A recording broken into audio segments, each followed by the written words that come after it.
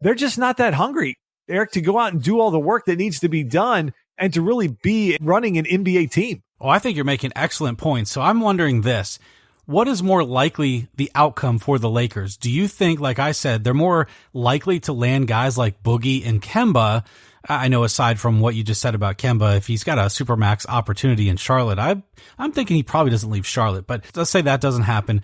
Are they more likely to land that level of player, a Boogie, Kemba in that range?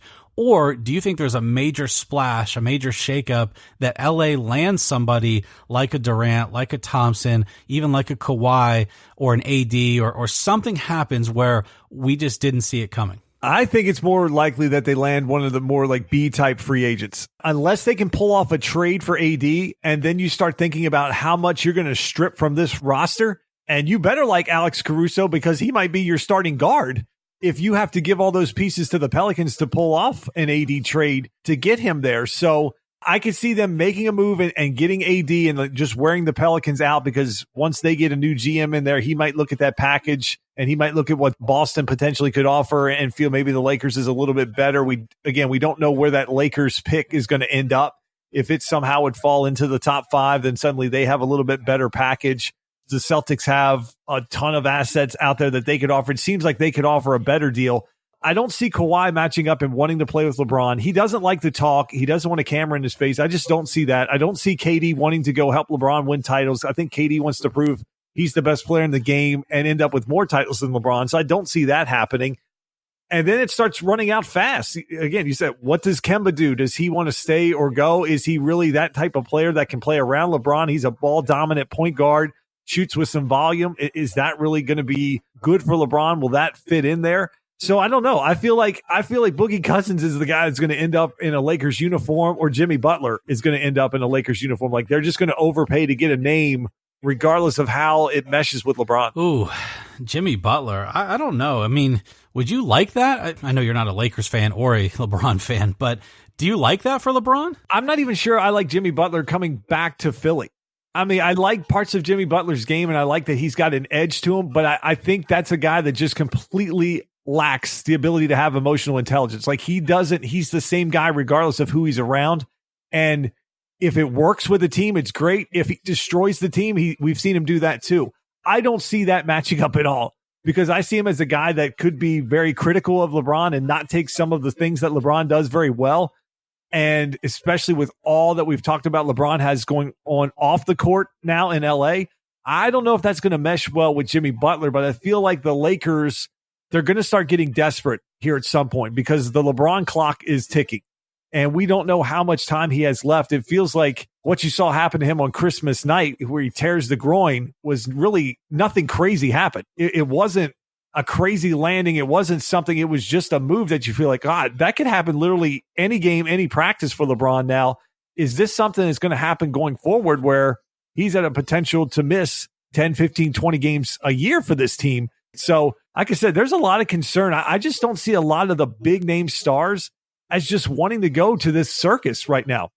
I think it's going to be somebody that's just kind of hungry and wants the money. And if the Lakers are willing to throw out a 4-year deal that's close to the max, I don't know if Philly's the team that does that, Eric. I just don't know. I think this playoff run for them is going to be huge if they can make it work with these 4. Now, if they get to the Eastern Conference Finals or they get to the NBA Finals, I can see them pushing to get Butler back, even if it's a 1+1 type deal, and just paying him a big money at that point. But I feel like if a team like the Lakers come in and offer him 4 years at 80, 90, 100 million, he might just go take that deal versus what Philly could offer. So there's a lot that's going to come out of these playoffs. A lot, again, that's going to happen with the NBA first, second, third team.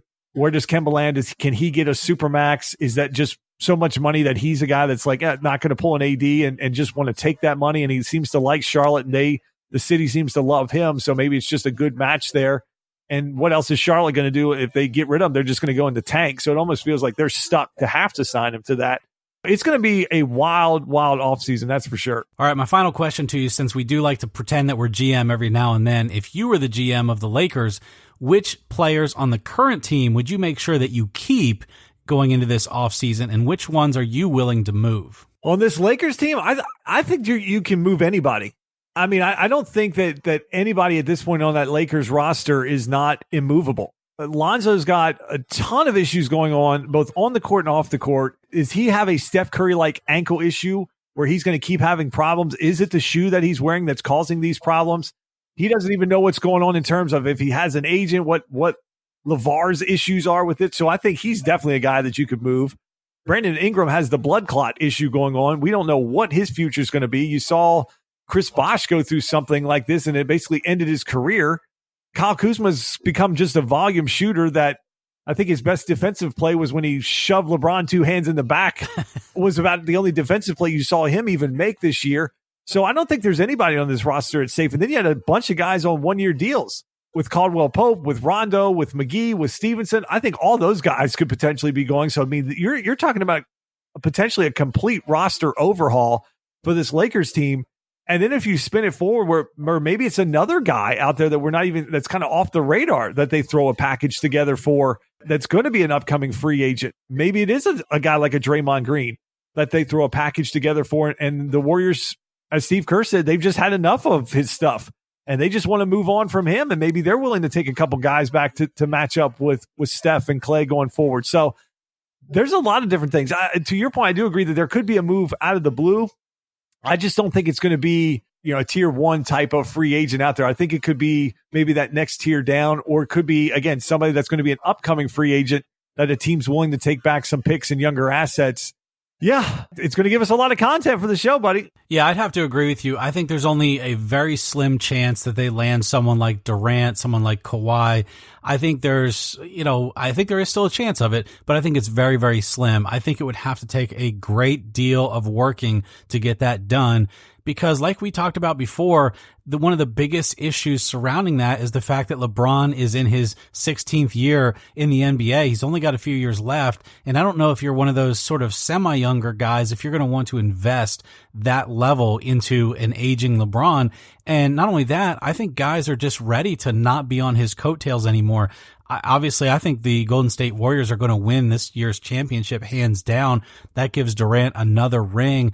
I don't think he needs to go join LeBron in LA. I mean, what does that really gain him from a legacy standpoint? Because he's then in a position where if he goes to LA and wins a couple more with LeBron, he's not gaining anything in terms of total titles over LeBron. If he goes to the Knicks with Kyrie or, does something crazy like stays in Golden State because maybe Golden State retools and says, okay, we're going to commit to, like you said, Curry, Thompson, and Durant, and we're willing to get rid of guys like Draymond Green because the identity of the Warriors right now is more of these core guys.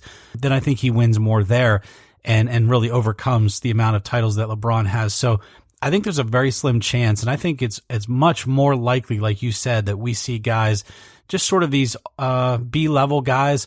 I think, though, that depending on who your GM, if Pelinka stays in the GM or there's a new president of basketball operations or how they reorganize that, depending on who the head coach is, I think there's a chance that they do just unload all of those one-year salaries that they had, totally remake the roster. I think guys like Josh Hart have a chance to stay there. I think guys like Ball and Ingram have a chance to be moved. Kuzma, I'm on the fence on. But yeah, I think that's a total roster remake is in the works here. And I think it's going to be 4 or 5 guys in total. I don't think it's going to be one piece here, one piece there. I think this is going to be an off season that goes nuts for the Los Angeles Lakers because, as we mentioned time and time again, there's just not enough time left in LeBron's career to be messing around with this. It's got to be all or nothing at this point. And again, back to the original topic, I just don't think Magic Johnson was all in on that. No, and I think too, look back at this year.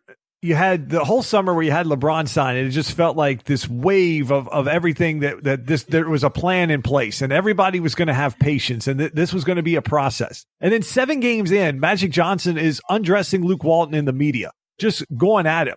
And it felt like then, Luke's on notice already. Then you go through this rash of injuries from the guys. Then you get to LeBron's injury. Then you get to the whole AD drama that took place. And then all the leaks and things that came out after that. And now you get to the point where LeBron gets shut down. It seems like the Lakers are just tanking at this point, playing their young guys, just playing the season out.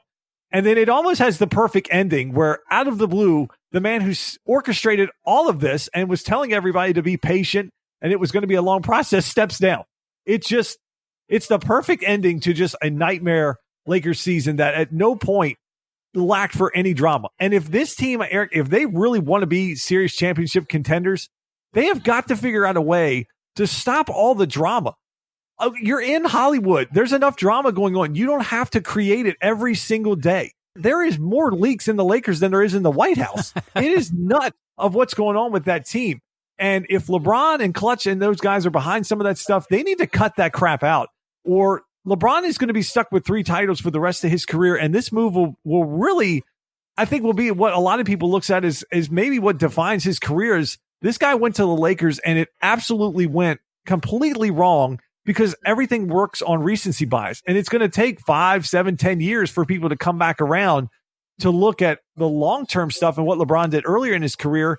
But if they just keep creating drama and creating problems for themselves and bringing stress on themselves, Eric, I don't see how this team can ever win. And I don't see how they can attract either a GM or good free agents who are going to want to come and just be part of a circus every day. Unfortunately, as a huge LeBron fan, I think you're actually right. I think this is probably the end of his career. I think that he gets to the playoffs next year. I don't think this absence from the playoffs is going to continue. I think they're going to make enough moves for them to get to the playoffs.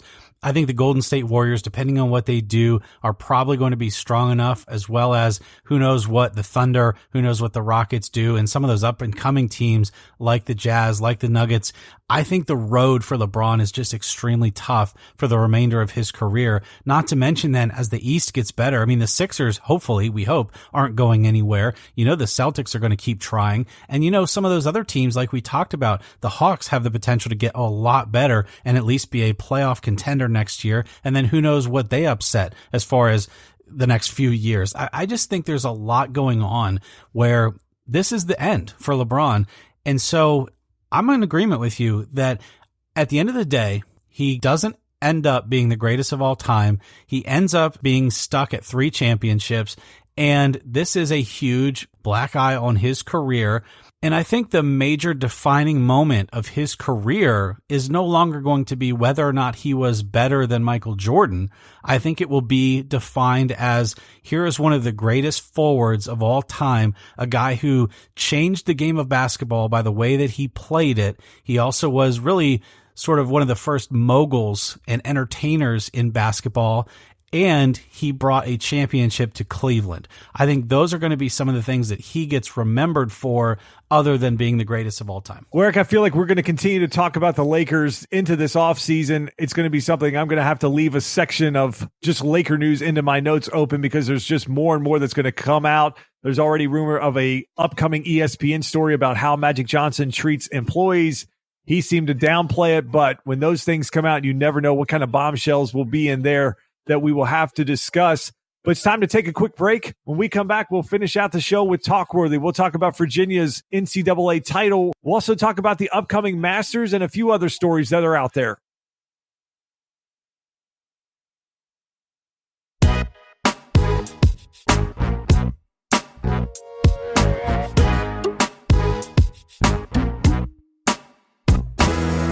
All right, we're back. Let's get into Talkworthy, talk about some of the big stories in sports right now. Let's take it to Monday night. The University of Virginia won their first NCAA men's championship game by defeating Texas Tech. And this was a game, Eric, that was getting mocked on Twitter and mocked by everyone as potentially a horrible paced game and going to be completely boring and terrible offense. And really, it looked like everybody was going to be right in the first 5 minutes of this game. It was brutal. Shooting was awful.